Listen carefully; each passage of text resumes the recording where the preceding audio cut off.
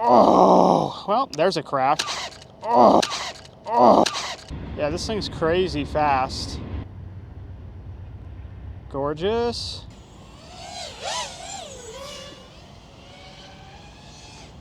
This thing is so ridiculously fast.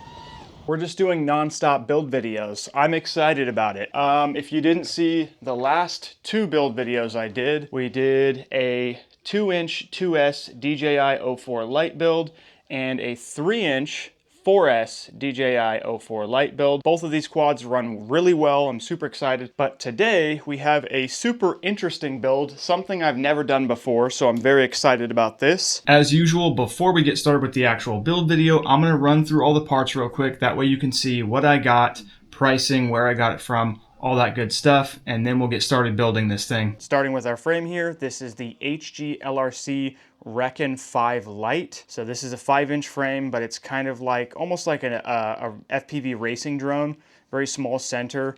But yeah, we're basically building a hyper light or a super light 5-inch freestyle quad. It's got camera spacing for the O4 Pro, I believe, but we're gonna be using the DJI O4 Lite to keep this thing as light as possible. I did get this frame on Amazon. I'll throw it on screen where I got it, pricing, all that.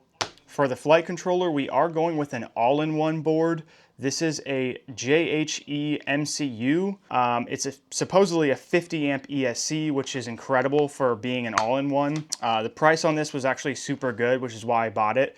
High amperage. So we got some wires that come with it. That's a 4 set, I think, there. And then you've got a plug on either side of this one. Capacitor, it's got a USB-C adapter, you can wire that up. And it comes with some battery leads, no XT30 or 60, and no wiring diagram with this, which kind of is disappointing. But thankfully, it's easy enough to find the wiring diagram online. I'll show you that later because we're going to use that for building this thing. For the motors, I got these, what are these? These are 2006 size, 2150 kV, because we're doing a 4S build. These are VCI Spark motors. I haven't really heard too much about these. Yeah, it says VCIHobby.com. I haven't heard too much about these or seen too much about them, but they look like actually pretty decent motors. You know, they're nice looking motors. They feel quality. They were pretty good price, which is why I bought these. They were like 15 a piece, I think. So pretty good price on these guys because stuff's so expensive nowadays. And 2150 kV, a little lower than your regular 4S, but this is going to be super lightweight, so it'll be fine. Also, these are a T-mount prop. So this is like a 1.5 mil shaft, I think, and it's got screw holes for the motors, or for the props. I'm sorry. It's got screw holes for the props. Unfortunately, I am just now noticing there's only 2, so if you strip one of these out, you're kind of screwed. That's not good. For the receiver, we got a Beta FPV Express LRS. This is the Super D LRS diversity receiver. I think this is antenna switching. I'm not sure. Maybe it's true diversity. It looks like it has 2 different drivers, so it might be true 2 separate actual drivers for the receiver. But this is pretty nice. Decent price on this for being diversity. It does come with the antennas, which is fantastic, and it comes with wires. So this is an awesome set here for the price. I usually try to run diversity on anything I can, especially the bigger quads where maybe I might be pushing it out further. But and Beta FPV, of course, makes great stuff. So express receiver here. The frame also did come with some extra parts here. So it comes with 2 battery straps. That's awesome. Very nice to see. We've got some O4 Pro screws, M2x14. These are kind of little silicone pads that are going to go on the frame where the camera mounts. So that'll give you your spacing and kind of dampening for the camera. These are stack screws, all-in-one screws, M2x18. This piece here is interesting. This is an XT30 and capacitor all soldered on one board.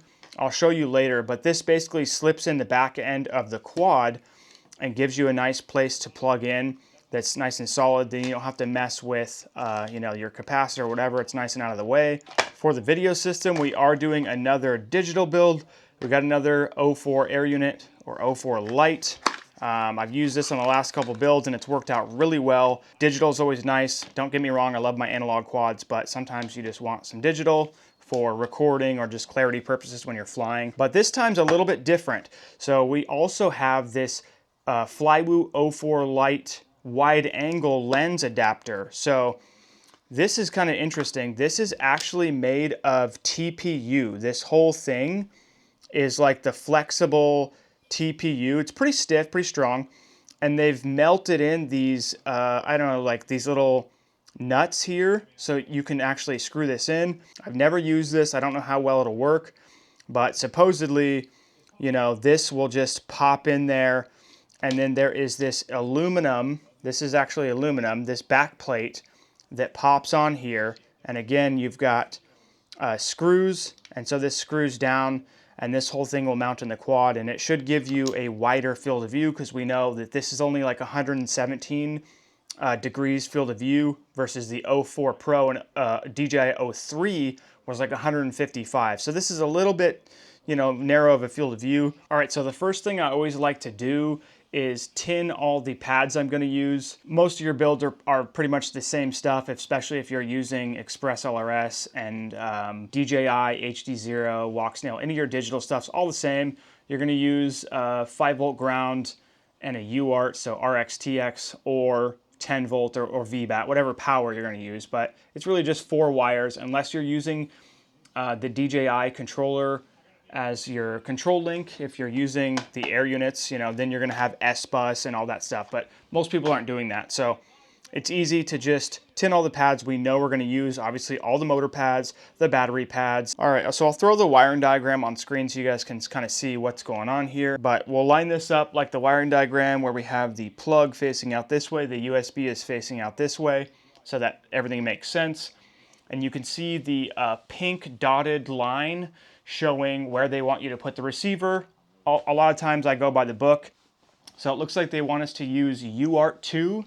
We see on the pink dotted line for Crossfire or ELRS. It wants RXTX2, 4v5 and ground. Now the cool thing is when they say 4v5, that means that those pads get power through this USB port. So when we plug into the computer to configure things, our receiver will have power, which is awesome. It just makes things easier. That way you don't have to plug in a LiPo or a battery trying to do your computer work. So we're going to be using these little tiny micro outer pads. It's hard to see the separation here. We only need the 2 UARTs because we're not running GPS or anything. So real quick, let's tin all these pads. All right, so I'm going to do my best to show you guys this and how I'm doing it. This is some really tight solder work here. So yeah, I've got a pretty small tip here. We're just going to get a little bit of solder on the tip of this iron here. We're going to touch this here. So we got a nice little solder ball there. That one's good. All right, so taking a look at these solder joints, they look, well, I don't know. It's fine. They will work out. But you can see, you know, the edges of these pads. We kind of got those, and it goes through on the sides. You can see it's shiny there. This one has a little bit of spike on it, which isn't great, but that's okay. Those are all tinned. All right, so I've actually made a slight mistake here. This plug here is only like a 5-pin plug, and the DJI plug is a 6-pin, I think. So this actually will not plug in here. So change of plans, not a big deal. We're just gonna have to manually solder. Now we're not using all these wires. We're only using the 5-volt ground RXTX. The other 2 is like S-Bus and ground. That's if you're using this as your receiver for the radio. We're not doing that because we have Express LRS. I wanna show you on the wiring diagram that right behind this plug, we have this set of pads here. What this is a RX3 TX3 5-volt and ground. So we have all we need there because we only need power, ground, and a UART. So that's RX-TX3. We're going to use UART3 there. So we'll tin all these pads here, and then we'll move on to tinning all of our motor pads and our battery pads. These pads here.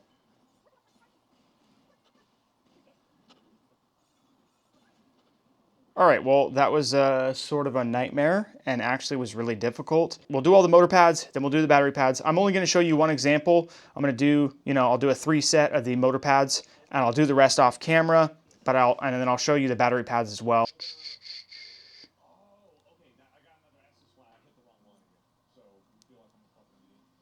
Good. All right, so you can see there's not a whole lot of solder up top, except for the middle ones, very well done. But I filled in kind of these, these side slots here, because that's kind of where the motor wires are gonna go. That's how you do your motor pads. We'll do these battery pads real quick. All right, so we switched to a little bit bigger of a tip here, a little bit wider to fit and more in line with those battery pads. We'll do our positive here. Beautiful. Man, that melted in good. Let's see what we can do for our negative pad here. Beautiful. God, I'm good.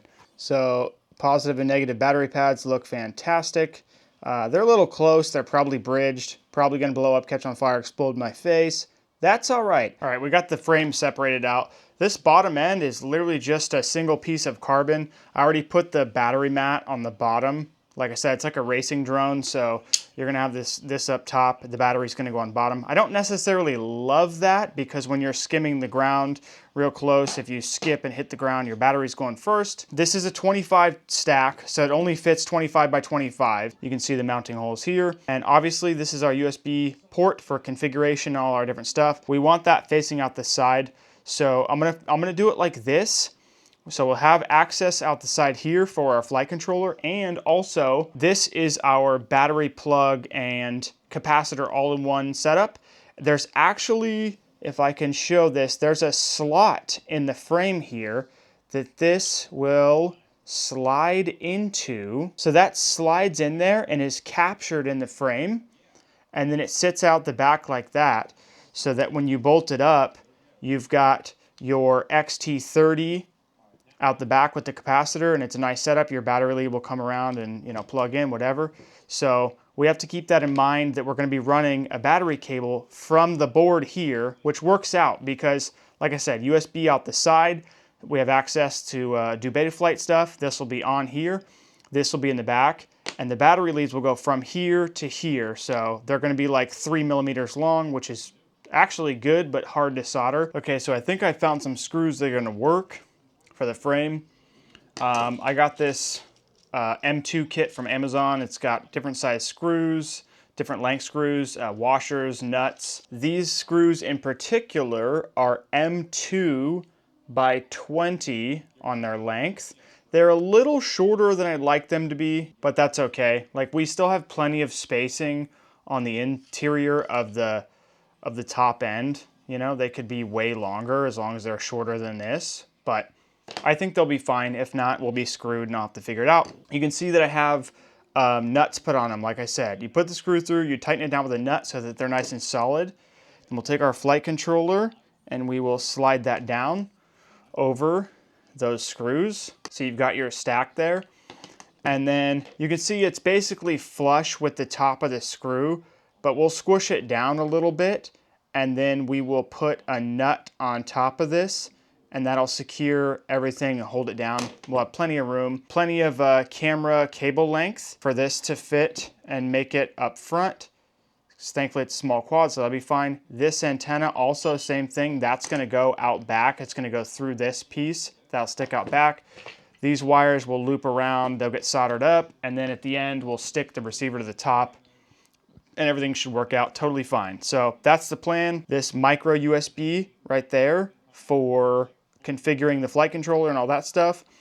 And then on the other side, we have USB-C here to get our 4K footage off this air unit, or update firmware, whatever you want to do, activation, all that stuff. So I think that'll work out good like that. So now that we have this set up like this, we can get the motors bolted up on the arms, and we will kind of measure the length of the wires and where we want them to go. We'll cut those, we'll tin the wire ends, and then we'll solder them to the board. So we'll get the motors on. We have 3 of the motors bolted up. It's looking good. I was just gonna save this last one to show you kind of what we got going on. There's only 2 motor screws in this because it's, like I said, a Hyperlite 5-inch. So we are definitely using some thread locker, some blue medium strength Permatex Loctite. We need to find motor screws that are the correct length going through. You see how far out they're sticking, and then you can kind of set the motor next to it. You see how that's basically flush with the motor mount? You know, if it goes a little bit further through, that's not a big deal, but you don't want it going through and touching these windings here. But if you have a motor screw that's way too long and goes through and is touching these windings, you're gonna have a short. It's gonna short out your motor, blow it up, catch it on fire, whatever. I think the screws I'm using, no, I think they're M2x6. But anyway, that ended up being kind of the size that works well. Get a little bit of this stuff. That's probably way too much. That's okay. Okay, we got a screw there. We got to get one more. You want to cinch these up pretty good. Not too tight because, you know, you've got a steel screw. Pretty much all the time, it's always a steel screw going into an aluminum mount on the motor. I think the motors are aluminum. So that's what this thread locker is for. Just kind of cinch them up. I'm just using, you know, a little hand tool here. You don't have crazy leverage. It's not like a ratchet, you know. We got all of our motors mounted up, and we have all the wires sticking out everywhere. So the next thing we're gonna do is cut and trim the motor wires. We'll tin the ends again, and then we'll get those soldered up. So I'm gonna show you one example of cutting these, tinning them, and getting them soldered. I'll do the rest off camera, and then we'll move on from there. I like to run my motor wires flat on the arm, so I'll kind of line them up. We've got 3 motor wires, right? And typically, like, once it's done, they'll get taped down. I'll use like electrical tape or whatever. Now, if you've never built a drone before, it doesn't matter which pad that the wire goes to, you know, because you can change direction of the motor, and you can tell Betaflight which motor is where, you know, later on. Once it's done, it doesn't matter actually. You could solder any of these wires to any 3 of these pads in any orientation. It doesn't matter. As long as you have all 3 of these motor wires going to one set of the drivers, the pads, right? You can't have 2 wires here and then one split off and go to a different. That's not going to make sense, right? But I don't think I'm going to trim this one. Put a little bit of solder on the end of our tip here. We'll grab this. We'll kind of get this melted in here. All right, that looks good. All right, that one looks, it looks fine. Okay, so this is our middle wire here. I've cut this one just a little bit. You gotta be careful because if you cut too much, then, you know, you can't, it's much harder to add to it than it is to, you know, cut a little more. So we'll just pinch with our fingernail. We can just grab a little bit, rip the insulation off.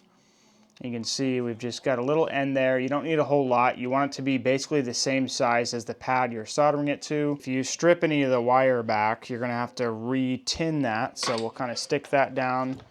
Re-tin this, get a little bit of solder on that. We can melt this one in. It's not perfect, but it's not terrible. We got a little bit of a spiky on there, so this, you know, there wasn't enough flux or whatever. But that's all right. It'll work just fine. And then we can do our last wire here. So we'll cut a little bit off the end of this wire. Use our fingernail, just kind of strip a little bit back, just enough, and kind of tin this. Melt that in. Now we have one motor done. It looks okay. I mean, I think they'll be totally fine. And then once we have everything done, basically, we will get these to lay flat, and they'll lay nice and flat like this, and we can still access our USB, you know, because they won't block that. So that's kind of how I'm going to run the wires. So we've got all of our motors soldered up to the board. Some of these are really close to these drivers, and they're probably like bridged, and they're all going to like catch on fire. I don't know. I always wonder, especially with these all-in-one boards. They're really small. Anyway, all the motor wires are soldered up. I'm going to put some tape or some zip ties or something and get those down. All right, so we got our receiver here. We got some heat shrink too. Some wires, antennas, whatever. Paperwork, look at that. Wiring diagrams, Betaflight setups. This is what you want to see. We're gonna get the pads on this tinned real quick, and then we'll take these wires and we will solder these wires to the receiver or the board, the flight controller, and we'll get the receiver all wired up. Good. All right, so all those are done.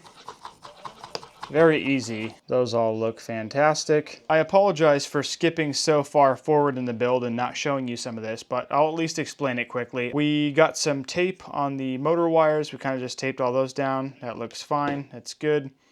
And some of this soldering is so small that it's like, I could never hope to do this on camera. It would just be ridiculous. It was already hard enough off camera. We have our Express LRS receiver here. And you can see the wiring on here, and it's RX TX 5-volt ground. And remember, we tinned these way early on. So for your receiver, if it's Crossfire or Express, or if you're doing a DJI Air unit, you always do, 5-volt ground, so power and ground. That's all pretty straightforward. 5-volt goes to 5-volt, ground to ground. The only difference, and the thing people get hung up on, is the UART. Now the UART is like your TXRX, so it's TXRX1, TXRX2, TXRX3, and so on. So like, F7s will have 6 or 7 UARTs. A UART is just a TXRX with a number so that you're using the correct UART. So like for our receiver on this one right here, that's going to UART2 based on our wiring diagram. That's the UART they want, RxTX2. But for your UART, they're crossed. So on the flight controller here where it says RX, you want the RX pad on here going to the TX pad of the flight controller, and the TX pad of the receiver going to an RX pad of the flight controller. They crisscross. You don't want TX to TX and RX to RX. They need to be opposites. Same thing with our plug here, and then we have the plug for the O4 right here, so that will just plug into the O4 Lite air unit and it'll be fine. But same thing, you've got 5-volt ground, 10-volt ground, VBAC ground, whatever. Those are same. But what we're going to have is, like, let's say this gray wire, let me look at the diagram, so that's R. So this is RX here on the board, and that needs to be going to the TX of the O4 air unit. And then this white wire is going to be TX3, needs to be going to the RX of this, because it's a communication, right? So the T is talking to the R of the other thing that's listening, and the T of this thing is talking back to the R of this thing that's receiving or listening. So that's how that works. So we have our Express LRS receiver all soldered up. We got the plug for the O4 soldered up. That's all good. When we're ready, we'll plop that on, plug it in, all good. This thing, we still got to put the antennas on here. There's two main things we got to do. Battery cable, the battery wires. So remember we talked about this earlier. This is an XT30 plug with the capacitor on it. And we got this here. Our positive negative leads from here to this, but it needs to be the correct length where this will slip in this unit like it's supposed to, this top end unit, and that will go over it. So it's a very short distance if you actually look at it. The distance between those, look, if you can see in there, hopefully you can see. It's like, I don't know, it's so close. Then we need to figure out how to get the O4 camera hooked up in this wide module here, because that's another thing I've never done before.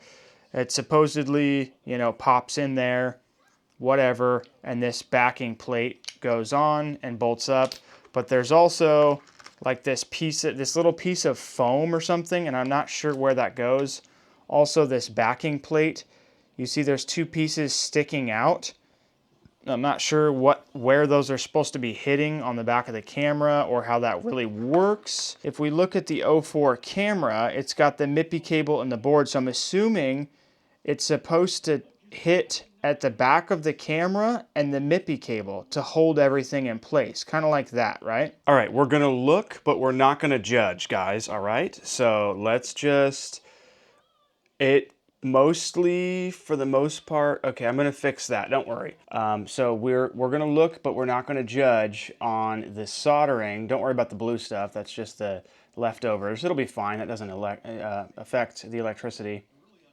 We've got some little frayed pieces here that we need to, it doesn't matter. If it works, it works. It doesn't matter, okay, guys? But now, this cage will just slip over that little board like that, and bam, and it looks great. Your XT30 plugs back there with your capacitor. It's a really clean setup, nice and easy. When you pull it off, you know, whatever. So that's all done. I think the camera just pops into the back here. I don't think there's an orientation. I don't know, maybe it looks fine. So I think these pads go like this. This backing plate to give it some like kind of some squish to like hold it in place. Yeah, it will. Okay, so yeah, we're just gonna go with one of those pads. You can see like that, it just goes in, and then that big center piece that's sticking out holds the camera in, and then the smaller one up top holds the MIPI cable. Okay, actually that's not bad. It holds the cable pretty good. So right behind this little section here is that piece that's holding down the camera. And then that little hole there is an indent with the pad to hold the camera. And yeah, camera's in there. So that looks pretty slick actually, that's not bad. Another thing with this is it has these silicone mats, but when you put it in here, you still have some play. So what they want you to do is they have these silicone mats that go on, and then, okay, so now you can see the silicone mats that are kind of stuck to the inside there. So now when we put the camera in, the spacing, ooh, that's a tight fit too. So now the spacing is correct. See, it's already holding itself in there. And then we'll run some screws through. Trying to show you guys as much as I can. It's just a little difficult, but basically we've got the O4 light mounted up top, right? And you can see we've got some nuts on there, so everything's nice and held down. The cable or the wires are just kind of stuffed underneath between the boards, and then you just kind of crimp them down. It's not a big deal. It keeps the build clean, it'll hold them in there. And then we've got the O4 Wide now bolted up in here. It is a fixed camera angle. It doesn't look like it's like too crazy or anything. I kind of like the fixed camera angle because it'll always be, you know, whatever, the same. But it looks like a nice camera angle. It's not too steep, not too shallow. So we got, the screws we use for this are the screws that actually came with this frame. It worked out perfect. We got the silicone mats in there, and this thing is absolutely solid. Like, this thing's not gonna move. That's a nice setup. We shouldn't have any jello issues. The only thing I need to do now is get the receiver kind of stuck down to the top here, and I need to get these antennas and find a place to kind of mount these antennas. Also, probably towards the end, once everything's good to go, I'll run this antenna through here and I'll get it stuck down to the O4. Okay, so another big jump forward. Sorry, there's just a lot of like technical crap that I just didn't expect to run into. The inside's a little more complicated now because you can see all the cables for the antennas and stuff running everywhere. But we got the O4 light antenna running through this top hole like it should. And that's running through, and it's getting plugged into the O4 light right there. We've got the receiver right here, and it's just stuck down to the top, like I said, with this double-sided foam tape. Just put some on the bottom, stick it down. Front antenna, this is how they like want you to mount it. I probably could do it underneath as well, either way. But they've got kind of these like little loops in the frame and little holes for the antennas to go through, so that works out good. So that's nice and pulled down or held down. And then this just kind of loops back around and gets plugged in on the receiver there. This back one, I actually drilled a hole in the back of this mount here to run the cable through because this takes up the whole gap and I didn't want to run it on the outside. So that's going to run through and again go to the receiver. So everything's hooked up. I'm going to bolt this top plate up and then I can show you kind of again like basically the done version without props, the full setup. All right, so here is the total and complete drone. The wires on the inside are a little messy. I might find a way to kind of hold that down. So like I said, we got this antenna up front zip tied down. It's got these kind of channels for the zip ties to run through. And it's got these holes up front. If you look at their website, they have like a bind and fly and that's how they mount the antenna. Maybe it's underneath, I'm not sure, but I like this top mount here. We got the O4 Wide mounted up. It's fixed camera angle, that's fine. We got the all-in-one underneath with the O4 up top with the receiver kind of stuck down. And then like I said, I drilled a hole in the rear end here so that I could shoot this out the back and zip tie it down there. This is kind of in the way, but that's okay. I can just kind of push it out of the way, plug my battery in, and it's all good. And we are going to be running this 4S. Like I said, it's a 4S build. We got some 720 high volts and some 850s, and those are going to sit on the bottom like a racing drone, you know. And it looks like we have plenty of cable length to come loop around and plug in the back, so that's fine. I guess we're ready for our first plug-in. I legitimately haven't powered this at all. First plug-in, hopefully nothing blows up. I'm a little worried. We're gonna see. I mean, we got all of our tones in correctly and whatever, nothing blew up, so that's good. Wow. Okay, well, we have lights and things are happening, so that's good. And nothing blew up, so wow. Okay, that's incredible. So we got to hop in and do all the computer stuff, and then after that, we're going to go do our first flight, our maiden flight. We'll see how this thing runs. Look at this thing. Oh my goodness, it looks so good. It is a little bit windy today. Hopefully it's not getting, my microphone's not getting a bunch of wind noise, but yeah, it's a little bit windy today. We do have a 5-inch prop and a super lightweight quad, so hopefully it won't get pushed around too much. I should have some nice angle and grab. The flight today would probably be my 1, 2, 3, 4th or 5th flight maybe with this thing.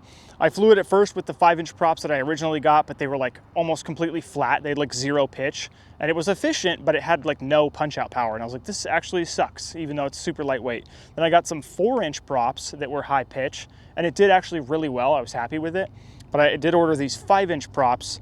These are actually 5.1. If you look at how close it gets to the frame right there, it's super close, but these are a nice aggressive pitch and a 5-inch prop. So now this thing really runs. It's got efficiency and it's got power, so it's doing good. And we're in the air. Yeah, this thing's crazy fast without even trying. Oh, and we're running the O4 Wide for the first time ever, which is incredible because it looks like O3.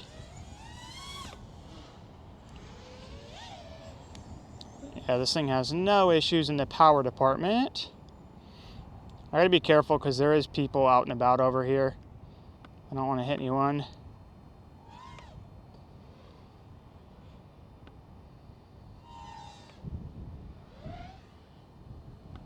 This thing's running good though.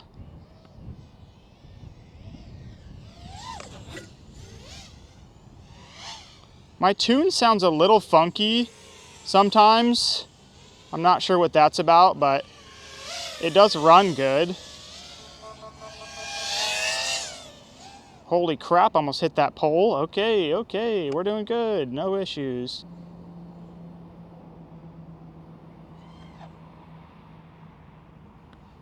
A little close right there, that's all right.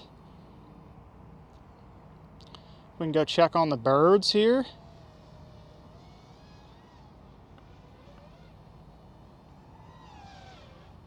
Hey birds.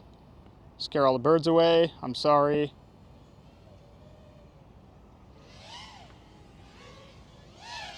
Yeah, this thing's got so much power and speed, I kind of don't know what to do with it.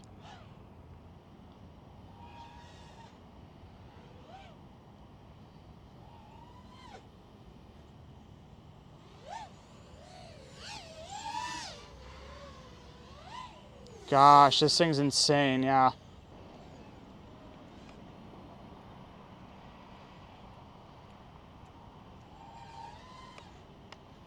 Woo, big moves.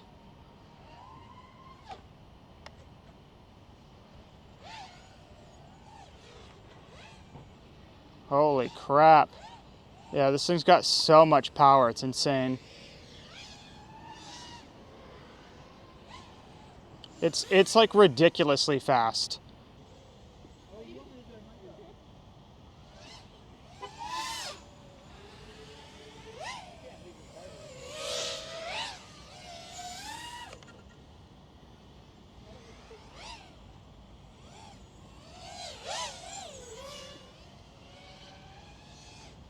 This thing is so ridiculously fast.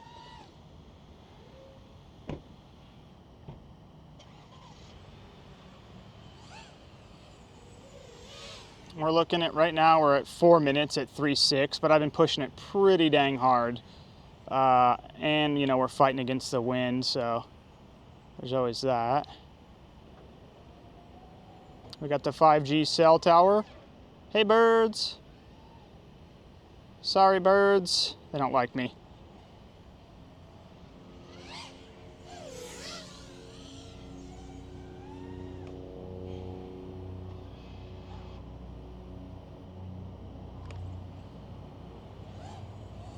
Man, this thing's incredible. Whoa, lots of wind, lots of wind. Time to land.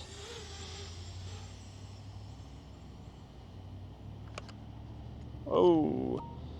Okay, so that was like 5 minutes and 44 seconds. Flight time. Almost 6 minutes there. I think to me, that's good flight time. Like, I'm used to like freestyle quads, you run in like 3 or 4 minutes max, and that's like decent flight time if you're really running stuff hard. And like I said, we're fighting the wind. My other flights were a little more calm, and I was, like I said, getting like 6 or 7 minutes. I'm sure if I just did some cruisy stuff, we would get like, I don't know, 10 minutes probably. But yeah, the quad's running really good. I really like this setup.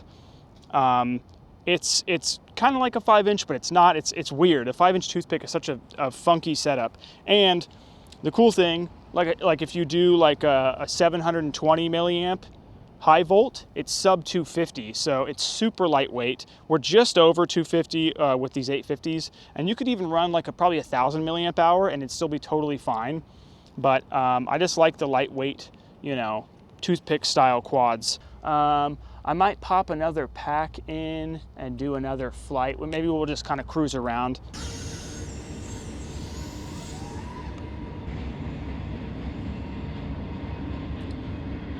Yeah, this thing's crazy fast. View is looking good. A little bit of shakes there, nothing too crazy. Gorgeous.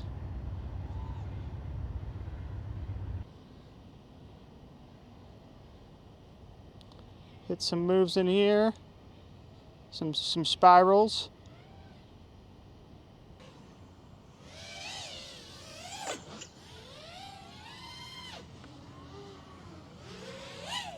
Woo, big moves, big moves.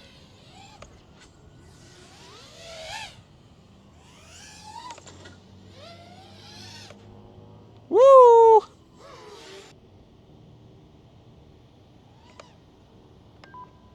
Woo, that was a cool one.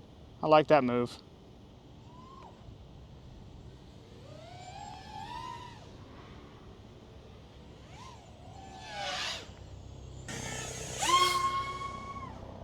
Yeah, not really an issue on the power. This thing's got it. I don't know how to do the juicy flicks that people do. Oh, well, there's a crash. There's my first crash. Actually, I'm just gonna walk of shame that. Okay, so that's our first crash. And the great thing is it was on concrete, so that's fantastic, right? That's always good. I mean, I was having fun until I made a mistake. I don't know how you do the juicy flicks. I should probably practice these things in like a grass field, you know? All right, let's assess the damage here. Battery pack looks fine, which was my biggest worry because it sits on the bottom. Motors look fine. Oh shit. Nope, we've got an impact for sure. Oh shoot. Damaged the arm, damaged a motor. This one's fine. Camera's fine. A mark here on the motor, on the bell, and then we kind of smashed that arm a little bit too. Right where the screw is. That's actually like a really bad spot to hit because that's right where the screw goes through. So if that breaks right there, you only have one motor screw. Like, this motor still spins fine. Like, watch me after. Like, oh yeah, that was a great quad. I actually had to replace the frame on my 5th flight because I smashed into the ground. Okay, I think we're gonna cut it here, guys, before I actually destroy this whole drone. Thank you guys for watching. I really appreciate it. Stay tuned. We do have like 2 more build type videos. It's more of like a change to an existing quad. One of them's kind of a build, but yeah, I'm very excited about those 2. They're gonna be way better anyway. So if you want to see that, you want to see me crash more drones and build some stuff and fly, then subscribe, you know, hit the like button, drop me a comment if you have any questions and I'll get back to you. And yeah, thank you guys for watching.